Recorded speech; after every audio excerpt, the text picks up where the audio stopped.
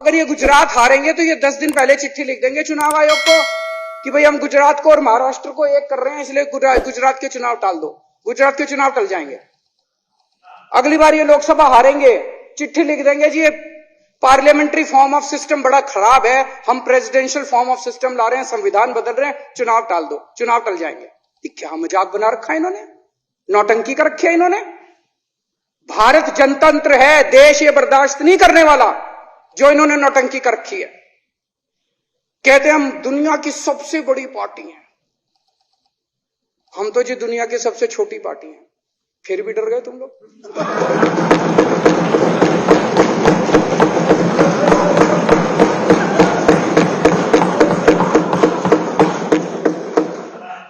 दुनिया की सबसे बड़ी पार्टी दुनिया की सबसे छोटी पार्टी से डर के भाग गई। क्या कायर हो यार, हिम्मत है तो चुनाव लड़के दिखाओ बीजेपी वालों, मान जाएंगे तुम। हिम्मत है तो चुनाव लड़के दिखाओ। कहते हो 56 इंच का सीना है, नहीं तो मान लो 56 इंच का सीना नहीं है, झूठ। नहीं तो मान लो कुर्ते के नीचे 56 इंच का सीना नहीं है, झूठ है ये। कल मैंने देखा, आपको भी बुरा लगा, मैं आपके कमरे में जब चाय पीने आया आपने मेरे साथ अपना दुख शेयर किया कि जब एलजी साहब ने भाषण शुरू किया ये सारे खड़े हो गए नारे लगाने। क्या कश्मीर फाइल्स टैक्स फ्री करो, और पीछे से 2 जने कह रहे थे दारू की दुकानें बंद करो। अब इनको भी नहीं पता आज नारे किस चीज के लगाने। ऊपर से आया तो था ऊपर से आया तो था, तो 2 जने कह रहे थे दारू की दुकान बंद करो, आगे वाले कह रहे थे कश्मीर फाइल्स टैक्स फ्री करो, फिर दूसरे वाले ने कहा भाई आज कश्मीर वाला नारा लगाना है। तो जैसे रैलियां होती हैं उसमें कुछ टीवी वाले माइक लगा देते हैं कि हाँ जी किस लिए आए हो, तो वो यूं यूं देखता है किस लिए।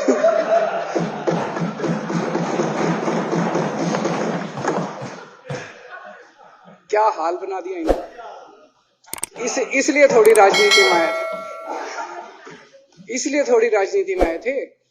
एक पिक्चर आई थी बंटी और बबली,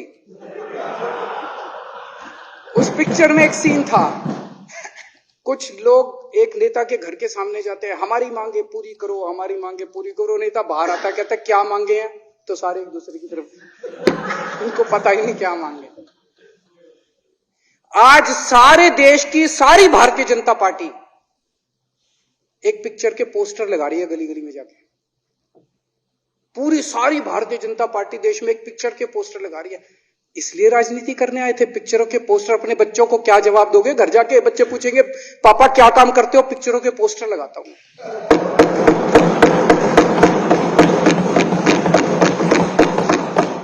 8 साल केंद्र सरकार चलाने के बाद अगर किसी देश के प्रधानमंत्री को विवेक अग्निहोत्री के चरणों में शरण लेनी पड़े तो इसका मतलब उस प्रधानमंत्री ने 8 साल में कोई काम नहीं किया, 8 साल खराब कर दिए।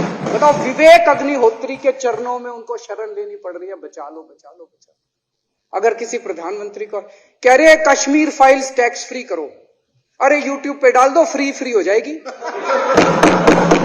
टैक्स फ्री क्यों करा रहे हो? इतना ही तुमको शौक है, विवेक अग्निहोत्री को बोलो यूट्यूब पे डाल देगा, सारी पिक्चर फ्री है, सारे जने देख लेंगे एक ही दिन के अंदर। टैक्स फ्री की क्या जरूरत है? यूट्यूब पे क्यों नहीं डाल? कल एक मैंने अखबार में पढ़ा, हरियाणा के अंदर एक भारतीय जनता पार्टी का ही एक एमएलए था, उसने कहा आज मैं पार्क के अंदर इसकी फ्री स्क्रीनिंग करूंगा। तुरंत विवेक अग्निहोत्री का ट्वीट आया खट्टर साहब के, खट्टर साहब देखो ये फ्री में कर रहा है, इसको बोलो टिकट लेके करेगा। भाई साहब, कश्मीरी पंडितों के नाम पे कुछ लोग करोड़ों रुपए कमा रहे हैं और तुम लोगों को पोस्टर लगाने का काम दे दिया। आंखें खोलो, क्या कर रहे हो तुम लोग? वो करोड़ों कमा गया, कश्मीरी पंडितों के नाम पे करोड़ों कमा गया और तुम लोग पोस्टर लगाते रह गए। क्या हाल बना दिया तुम लोगों का यार, आंखें खोलो तुम लोग।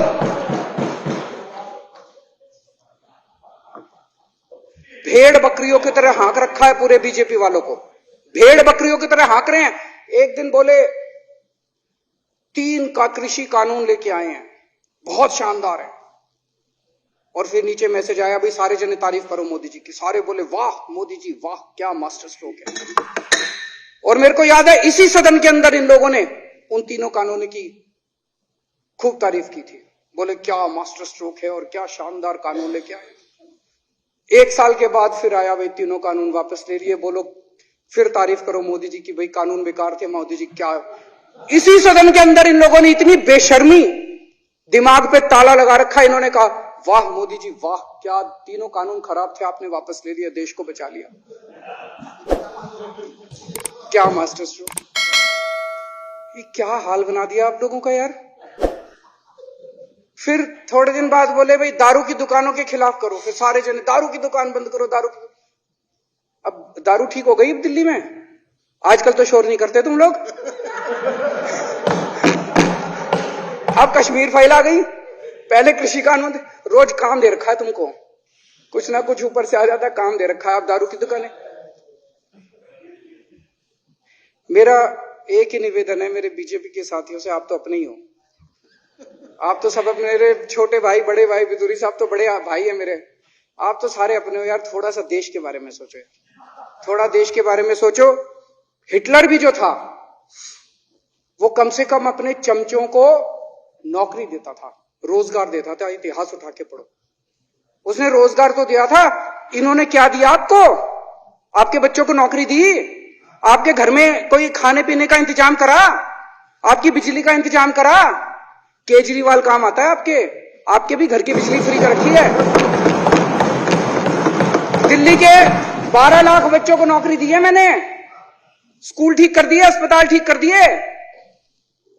आपके घर में कोई बीमार हो, केजरीवाल दवाई पहुंचाता है, मोदी दवाई नहीं पहुंचाता। केजरीवाल काम आया।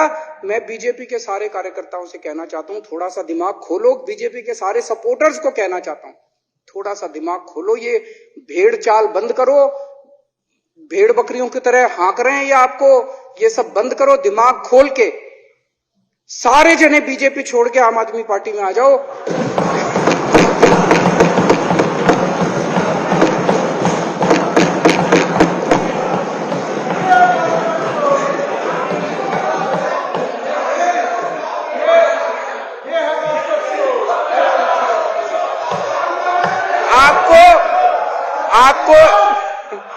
आपको इज्जत मिलेगी, सम्मान मिलेगा, आपसे कतई झूठे नारे नहीं लगवाएंगे। राष्ट्र निर्माण में आपको साथ लेंगे, हम राष्ट्र निर्माण करेंगे आपके साथ मिलकर। ये पोस्टर भी नहीं लगवाएंगे झूठी फिल्मों के। और जो भी करना हो, कम से कम यार ये पिक्चर का प्रमोशन करना तो बंद करो। ये गंदे लगते हो तुम लोग, अच्छी शोभा नहीं देता आप लोगों को यार। आप अच्छे आदमी हो, कुछ करने आए थे राजनीति में, कहां पिक्चर के पोस्टर और प्रमोशन करने में लगा दिया। कल एलजी साहब की स्पीच पूरे देश ने सुनी। एलजी साहब को एक तरह से केंद्र सरकार का नुमाइंदा माना जाता है। एलजी साहब ने भी हमारी सरकार की कितनी तारीफ करी।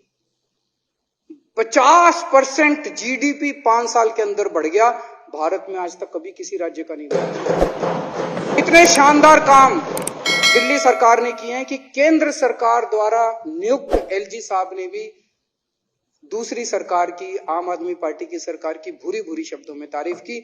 मैं एलजी साहब का बहुत बहुत शुक्रिया अदा करना चाहता हूं और इस धन्यवाद प्रस्ताव का समर्थन करता हूं।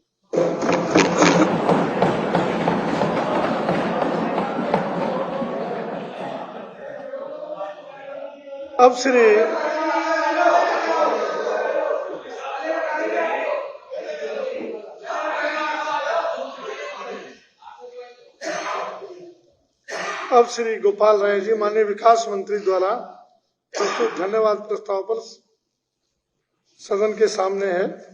माने कि यह सदन उप राज्यपाल द्वारा दिनांक 23 मार्च 2022 को विधानसभा में दिए गए अभिभाषण के लिए उनके प्रति हार्दिक आभार प्रकट करता है। यह प्रस्ताव सदन के सामने है। जो इसके पक्ष में हाँ कहें, जो इसके विरोध में ना कहें। हाँ पक्ष जीता प्रस्ताव पारित हुआ। माननीय उपराज्यपाल महोदय को इसकी सूचना दे दी जाए।